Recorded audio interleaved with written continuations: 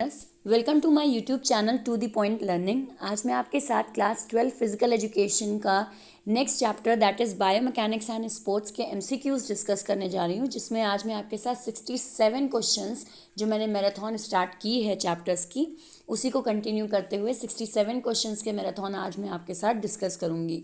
और ये पूरा वीडियो आपका लंबा होगा बट आपके लिए हेल्पफुल होगा, क्योंकि इसमें मैं आपके बायोमैकेनिक्स चैप्टर के सारे टॉपिक्स को कवर करके क्वेश्चंस के फॉर्म में आपके सामने रखूँगी, जिसमें आपको एमसीक्यू क्वेश्चंस बेस्ड पैटर्न दिखेगा। तो स्टार्ट करते हैं बायोमैकेनिक्स एंड स्पोर्ट्स के क्वेश्चन नंबर 1 से।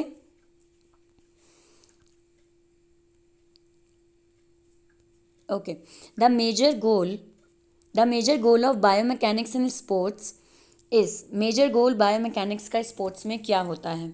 अगर हम मेन गोल की बात करें तो to improve performance in given sport, यानी आप स्पोर्ट्स में परफॉर्मेंस को बढ़ा सकें। Modify the specific training method, आप ट्रेनिंग मेथड किसी का अच्छा कर सको, इसलिए बायोमैकेनिक्स की स्टडी ज़रूरी है। या फिर to carry out regular physical exercise, अगर हमें लॉन्ग टर्म के लिए फिजिकल एक्सरसाइज करनी है तो उसके लिए भी हमारा बायोमैकेनिक्स जानना ज़रूरी है। तो अगर आंसर की बात करें तो ये सारे रीजंस हैं, दैट इज़ वाई आपका आंसर क्या होगा? D option, that is all of the above. Next आते हैं क्वेश्चन नंबर 2 पे। Use of biomechanics in sports can lead to, biomechanics की का यूज़ हमें स्पोर्ट्स में किस चीज़ में हेल्प करता है? इम्प्रूवमेंट इन टेक्निक, हम अपनी टेक्निक को अच्छा कर पाते हैं। फॉलो करेक्ट मोशन, यानी हम करेक्ट मोशंस को समझ सकें, मूवमेंट्स को समझ सकें। इम्प्रूवमेंट इन स्पोर्ट्स स्किल, हम अपनी स्पोर्ट्स स्किल को बढ़ा सकें। तो ये तीनों ऑप्शन आपके सही हैं, that is your answer is option D again, all of the above. Next आते हैं क्वेश्चन नंबर 3 पे। The term biomechanics to describe the application of mechanical principles in the study of living organisms, यानी mechanical principles को हम पढ़ रहे हैं और साथ साथ लिविंग ऑर्गेनिज्म से रिलेटेड उसको पढ़ रहे हैं। तो ये टर्म बायोमैकेनिक्स का कब आपका एडॉप्ट किया गया था, यानी ये डेफिनेशन बायोमैकेनिक्स की कब दी गई थी? So your correct answer is A option, that is early 1970s में ये डेफिनेशन आपकी दी गई थी। Next question number 4, sports biomechanic can be described as, sports biomechanics को हम और कैसे डिस्क्राइब कर सकते हैं? So your correct option is C, that is physics of sports. हम स्पोर्ट्स की फिजिक्स को पढ़ रहे हैं, तो यानी कि हम क्या कर रहे हैं? स्पोर्ट्स बायोमैकेनिक्स के बारे में पढ़ रहे हैं। Move on to question number 5, the study of forces and their effect, forces के बारे में पढ़ना और उनके इफेक्ट्स के बारे में पढ़ना ऑन लिविंग सिस्टम। और लिविंग सिस्टम से रिलेटेड अगर हम फोर्सेस को पढ़ रहे हैं, उनके इफेक्ट्स को पढ़ रहे हैं, तो हम क्या कर रहे हैं? So correct answer is C option, that is हम कौन सी स्टडी कर रहे हैं? बायोमैकेनिक्स की स्टडी कर रहे हैं। Then question number 6, who wrote on the motion of animals in the 4th century BC, 4th century BC में मोशन ऑफ एनिमल्स के बारे में किसने लिखा था? So your correct answer is option D, that is Aristotle. Aristotle ने लिखा था मोशन ऑफ एनिमल्स के बारे में। Then question number 7, use of biomechanics and sports, biomechanics में स्पोर्ट्स में बायोमैकेनिक्स का यूज़ क्या है? So your correct answer is so your correct answer is option number D, that is all of the above. Enhances performance, बिल्कुल हमारा performance बढ़ता है। Improve technique, हमारी टेक्निक अच्छी होती है। Help in developing better sports equipment, हम sports equipment को अच्छे से डेवलप कर पाते हैं। सारे आपके इंपॉर्टेंस हैं, यूज़ हैं बायोमैकेनिक्स के। So all of the above is the correct answer. Then move on to question number 8, use of biomechanics in sports, biomechanics का यूज़ हमारे स्पोर्ट्स में क्या है? इम्प्रूवमेंट इन ट्रेनिंग, ट्रेनिंग में इम्प्रूवमेंट होता है। इंजरीज हम रिड्यूस कर पाते हैं, प्रिवेंट हो पाते हैं। Help in understanding human body, हम ह्यूमन बॉडी को समझ पाते हैं। तो ये सारे ही ऑप्शन आपके सही हैं, that is D option is the correct answer, all of the above. Next move on to question number 9, biomechanics deals with, biomechanics किसके बारे में डील करता है? So correct answer is B option, that is effect of forces on different movements done by human body. Human body अलग अलग movements कर रहा है, आप उसकी फोर्स की स्टडी कर रहे हो, यानी उन बॉडी मूवमेंट्स को समझ रहे हो, तो दैट इज़ व्हाट बायोमैकेनिक्स आप कर रहे हैं।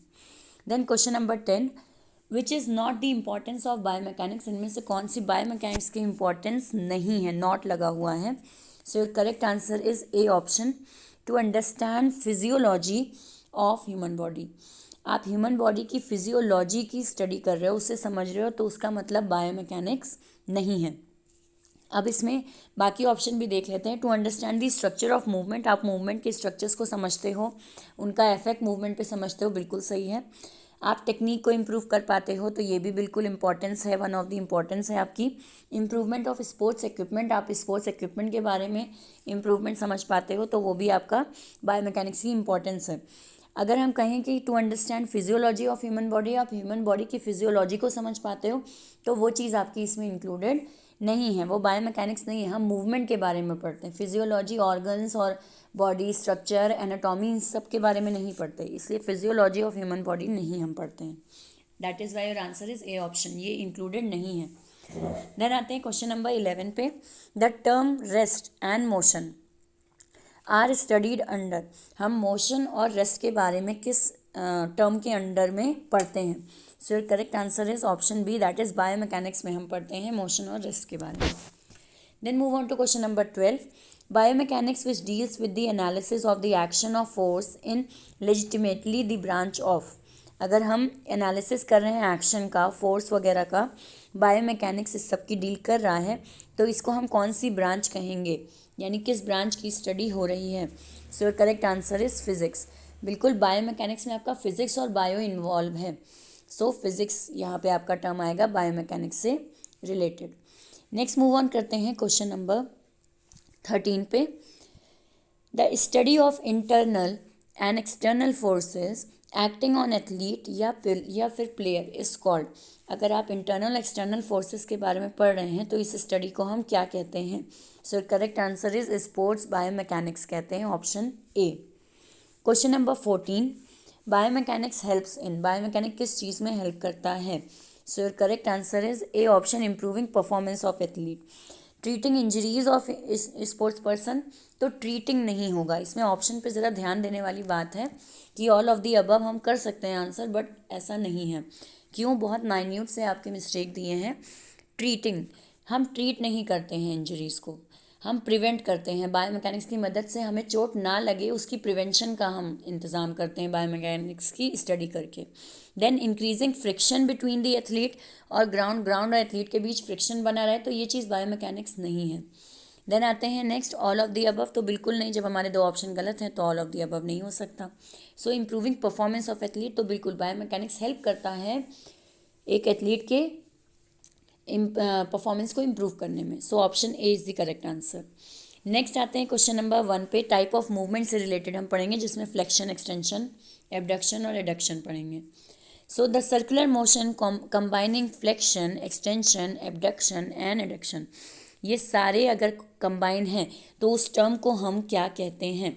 So correct answer is A, circumduction कहते हैं हम, जिसमें आप इन चारों मूवमेंट्स के बारे में स्टडी करते हो, सारे मूवमेंट्स इन्वॉल्व हैं, तो उस टर्म को हम क्या कहते हैं? सर्कमडक्शन कहते हैं।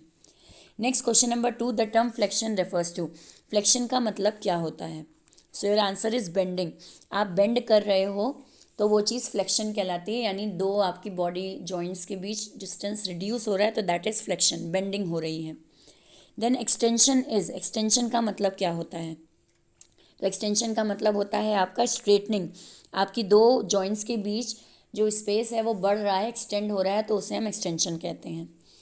Then question number 4। Moving away from the reference axis is known as, आपका रेफरेंस एक्सेस यानी सेंटर बॉडी जो है आपकी, उससे आपका बॉडी पार्ट अवे जा रहा है, दूर जा रहा है, तो वो चीज़ आपकी, वो मूवमेंट आपका क्या कहलाता है? So correct answer is abduction. जब हमारे बॉडी मूवमेंट जो हैं वो हमारी सेंटर लाइन से दूर जाते हैं, तो उसे हम एबडक्शन कहते हैं। Then move on to question number 5। Bringing closer to the reference axis, यानी reference axis centre of body के पास अगर आपका बॉडी पार्ट आ रहा है, तो इसको हम क्या कहते हैं? इसको हम कहते हैं adduction, D option. Then the plane which divides the body into a left and a right is called, जब एक प्लेन आपकी बॉडी को लेफ्ट और राइट डिवाइड करे, यानी आपकी बॉडी लेफ्ट और राइट के पार्ट्स में डिवाइड हो रही है, तो उस प्लेन को हम क्या कहते हैं?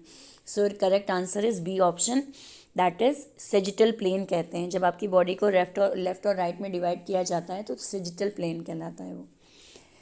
देन आते हैं क्वेश्चन नंबर 7 पे, if one straightens one's leg the knees undergo.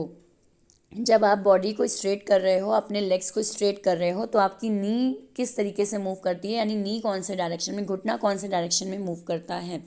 So your correct option is D, extension. बिल्कुल, जब आप अपने पैर को स्ट्रेट करते हो तो आपकी नी भी एक्सटेंडेड फॉर्म में होती है। क्यों? क्योंकि दो जॉइंट्स के बीच का स्पेस एक्सटेंड होता है, लंबा हो रहा होता है, बड़ा हो रहा होता है, तो extension is the correct answer. Then move on to question number 8, the movement of joints literally away from the middle of your body. Body के मिडिल लाइन से अगर जॉइंट्स दूर जा रहे हैं, मूवमेंट एक्सटेंड हो रहा है, अवे हो रहा है, तो उस मूवमेंट को हम क्या कहते हैं। So correct answer is D, abduction. Question number 9, during abduction the arm moves. Abduction के वक्त हमारे आर्म्स कैसे मूव करते हैं। So correct answer is away from the body. Body से दूर जाते हैं हमारे जॉइंट्स एबडक्शन मूवमेंट में। Then move on to question number 10, the simplest possible joint movement is. अगर हम सिंपल जॉइंट मूवमेंट कोई बोलें तो हम कौन सा जॉइंट मूवमेंट करते हैं। So correct answer is C, that is gliding movement. Gliding movement आपका सिंपलेस्ट मूवमेंट होता है, जिसमें आप झुकते हो, स्ट्रेट होते हो। देन आते हैं क्वेश्चन नंबर 11 पे, moving a body part away from the body's middle line. Middle line से दूर जाना and back to the middle line, वापस मिडिल लाइन के पास आना, दोनों मूवमेंट को हम क्या कहते हैं मिलाकर।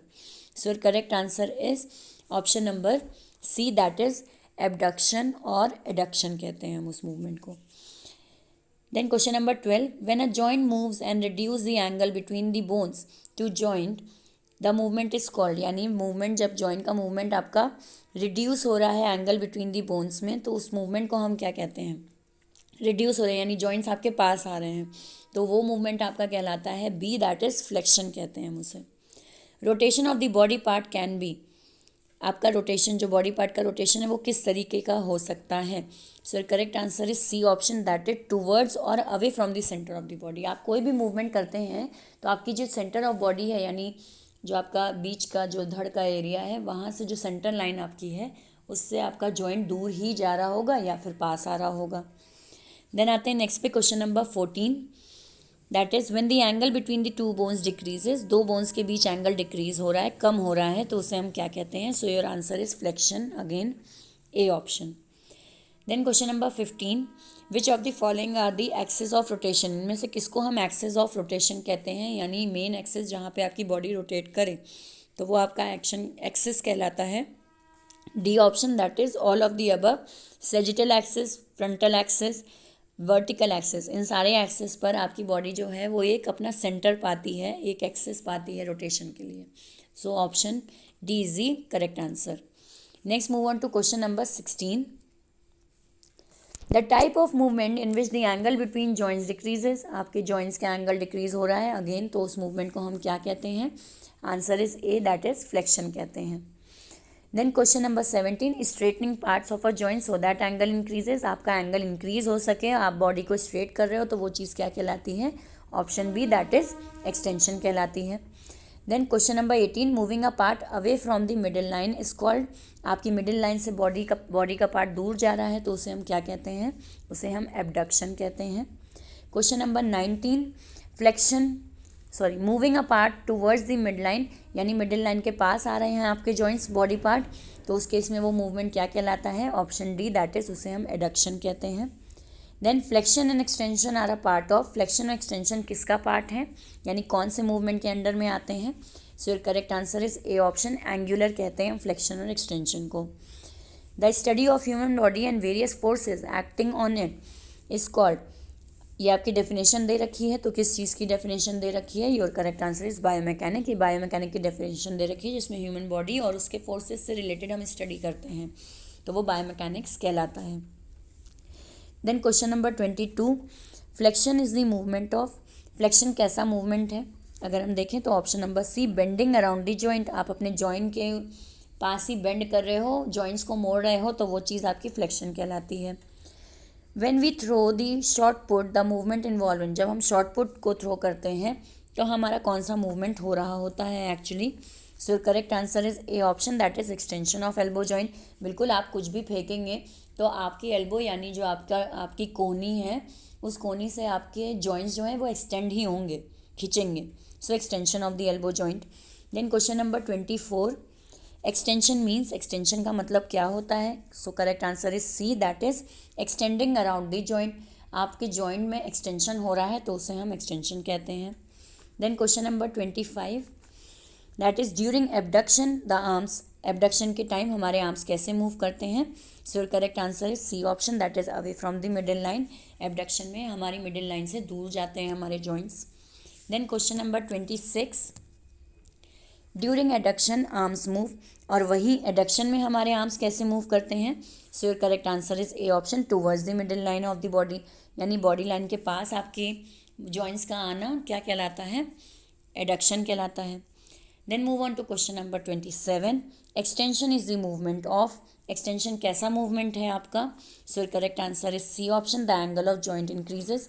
जब एक्सटेंशन होता है तो जॉइंट के बीच का एंगल यानी जॉइंट्स आपके एक्सटेंड होते हैं, इंक्रीज हो जाते हैं। So option C is the correct answer. Next move on करते हैं क्वेश्चन न्यूटन्स लॉ के बेस पे आपके questions. Question number 1, more the force exerted by a person, कोई पर्सन फोर्स लगा रहा है बहुत ज़्यादा डाउनवर्ड बाउंस में, यानी नीचे की ओर, the higher the ball bounces, तो उतना ही तेज़ आपकी बॉल बाउंस करेगी एयर में, जैसे जितनी तेज़ आप बॉल को ज़मीन पर फेंकोगे वो उतना ही ऊंचा हवा में जाएगी। ये कौन से लॉ के अकॉर्डिंग है? न्यूटन के। सो your correct answer is third law of motion. हमसे ये कहता है कि जितनी फोर्स आप लगाएंगे किसी ऑब्जेक्ट पे वो आपको जो रिएक्शन है वो उतना ही बड़ा देगी। देन आते हैं the acceleration of N object, यानी एक ऑब्जेक्ट की speed depend upon the net force, उस पर कितनी फोर्स लगाई जा रही है, और इन्वर्सली अपॉन इट्स, और उसके अपोजिट किस चीज़ पर अट्रैक्ट करती है, यानी डायरेक्ट रिलेशन उसका फोर्स से होगा और इनडायरेक्ट रिलेशन उसका किससे होता है? So correct answer is mass, उस बॉडी का वेट कितना है, मास कितना है। A high jumper can jump higher off a solid surface, एक सॉलिड सरफेस पर जब कोई जंप कर रहा है तो वो हाई जंप कर पाएगा, because it pushes up his or her body with as much force as he or she is able to generate. वो पर्सन जितना ज़्यादा ज़मीन पर अपना फोर्स लगाएगा वो उतना ऊंचा जंप कर पाएगा। सो ये आपके अकॉर्डिंग किस लॉ के अकॉर्डिंग है? So correct answer is law of action and reaction, यानी कि third law. Then question number 4, Newton second law of motion is also known as, second law of motion को हम क्या कहते हैं? So correct answer is C option, law of momentum या फिर law of acceleration कहते हैं। Then question number 5, Newton's first law of motion is also called, Newton's first law of motion को हम क्या कहते हैं? दूसरा नाम उसका क्या है? So correct answer is law of inertia. बिल्कुल इस चैप्टर में आप सारे लॉ के सेकंड नेम अच्छे से याद करके जाइएगा। ये क्वेश्चन बिल्कुल आपका इस लॉ वाले पोर्शन से तो ये एक क्वेश्चन डेफिनेटली पूछते हैं वो।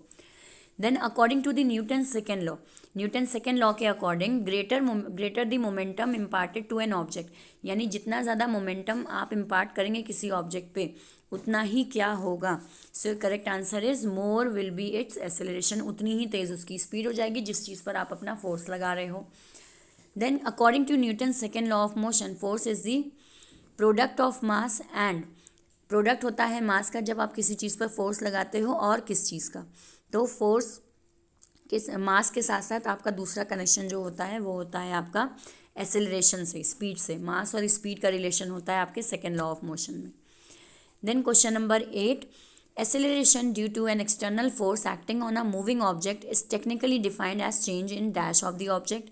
जब आप acceleration लगाते हैं एक्सटर्नल फोर्स पर तो वो आपकी जो मूवमेंट होता है ऑब्जेक्ट पे वो डेफिनेटली क्या चीज़ को चेंज करता है, किस चीज़ में चेंज आता है? सो करेक्ट आंसर इज उसकी वेलोसिटी में चेंज आता है, स्पीड में चेंज आता है। Then question number 9, the acceleration of an object is directly proportional to the net force acting on it and inversely proportional to its, अभी हमने discuss किया था मास, यानी स्पीड और मास दोनों का रिलेशन आपस में होता है। मास इन्वर्सली रिलेशन होता है और जो उस पर फोर्स आप लगा रहे हो वो डायरेक्टली प्रोपोर्शनल होती है। Then move on to question number 10, according to the Newton's third law of motion, अगर हम थर्ड लॉ ऑफ मोशन की बात करें, to every action there is always, आपका वो लाइन कौन सी है? So correct answer is always an equal and opposite reaction, that is option A is the correct answer. Then आते हैं क्वेश्चन नंबर ए, इसमें सही आंसर है 11, Newton's third law of motion is also called, Newton के third law को हम और क्या कहते हैं? So correct answer is A, that is law of action and reaction. Then SI unit of force is, SI unit जो है वो आपकी फोर्स की किससे रिलेटेड यूनिट है? So your correct answer is C, Newton से रिलेटेड है SI unit. Then question number 13, acceleration of an object will increase as the net force acting on it inversely depending on its. यानी कि आप किसी object पर acceleration speed लग रही है तो आप उस चीज़ पर फोर्स लगा रहे होगे और वो किस चीज़ पर डिपेंड कर रहा होगा.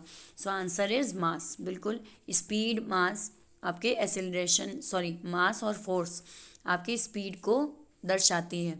यानी स्पीड उस हिसाब से होती है जिस हिसाब से ऑब्जेक्ट का मास है और जो आप फोर्स उस ऑब्जेक्ट पर लगा रहे हो. Then question number 14, number of Newton's law of motion. Newton law of motion के नंबर्स यानी कितने हैं वो? So correct answer is 3 law of Newton है. Then question number 14, an object in motion remains in motion. अगर कोई object लगातार move कर रहा है तो वो मूवमेंट में रहेगा. एंड एन ऑब्जेक्ट, अगर कोई ऑब्जेक्ट रेस्ट में है तो वो लगातार रेस्ट में रहेगा जब तक हम उस पर कोई एक्सटर्नल फोर्स नहीं लगा रहे हैं. ये आपका न्यूटन का कौन सा लॉ है? सो ये आपका करेक्ट आंसर है C option, that is first law of motion हमसे ये कहता है. Then question number 16, Newton's law of motion were given by. Newton's law of motion किसके द्वारा दिया गया है? So your correct answer is very easy one, that is A, Isaac Newton की तरफ से दिया गया है. Then question number 17, Newton's first law of motion gives us dash definition of force. First law of motion हमें किस चीज़ की definition देता है? So ये correct answer is qualitative. ठीक, qualitative terms की definition देता है हमें. Example of Newton's third law. इनमें से कौन सा आपका example है third law of motion का? So your correct answer is A.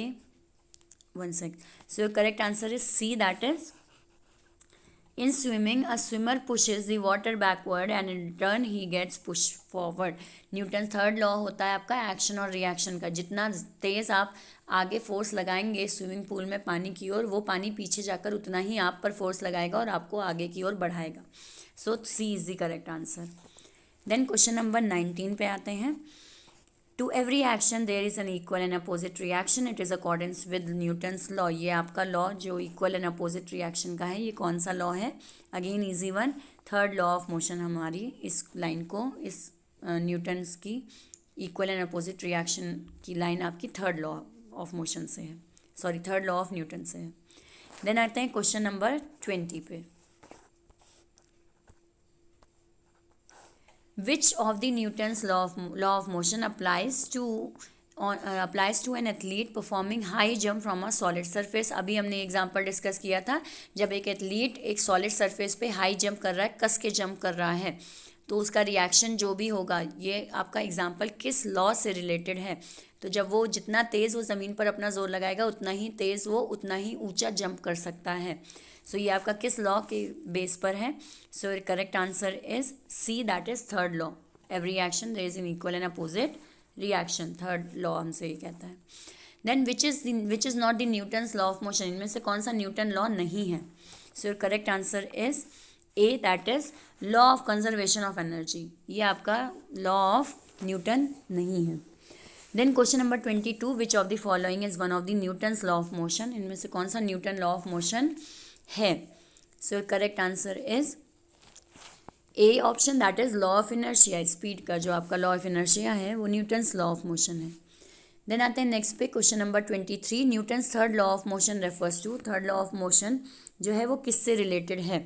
So correct answer is D option, that is none of these. इनमें से कोई भी नहीं है. लॉ ऑफ इक्विलिब्रियम नहीं है, लॉ ऑफ इनर्शिया नहीं है, वो आपका एक्शन और रिएक्शन से रिलेटेड लॉ है, थर्ड लॉ. नेक्स्ट आते हैं क्वेश्चन नंबर 4 पे. Thrust exerted by water in swimming is an example of. आप जितना फोर्स वाटर पे लगा रहे हो स्विमिंग में, तो ये चीज़ किस लॉ ऑफ मोशन को दिखाता है? So correct answer is C option, that is third law को दिखाता है, एक्शन और रिएक्शन वाला लॉ आपका. Then question number 25, acceleration produced in a body depends upon. आप जी किसी चीज़ पर एसेलरेशन लगा रहे हो, स्पीड लगा रहे हो, तो वो किस पर डिपेंड रहती है? So answer is C, that is both A as well as B. यानी मास भी उसमें ज़रूरी है और जो आप फोर्स लगा रहे हो वो भी ज़रूरी है आपकी किसी ऑब्जेक्ट की स्पीड के लिए. So both both A and B. Then आते हैं लास्ट क्वेश्चन आज के वीडियो का. That is question number 26। Mathematically form of Newton second law of motion is.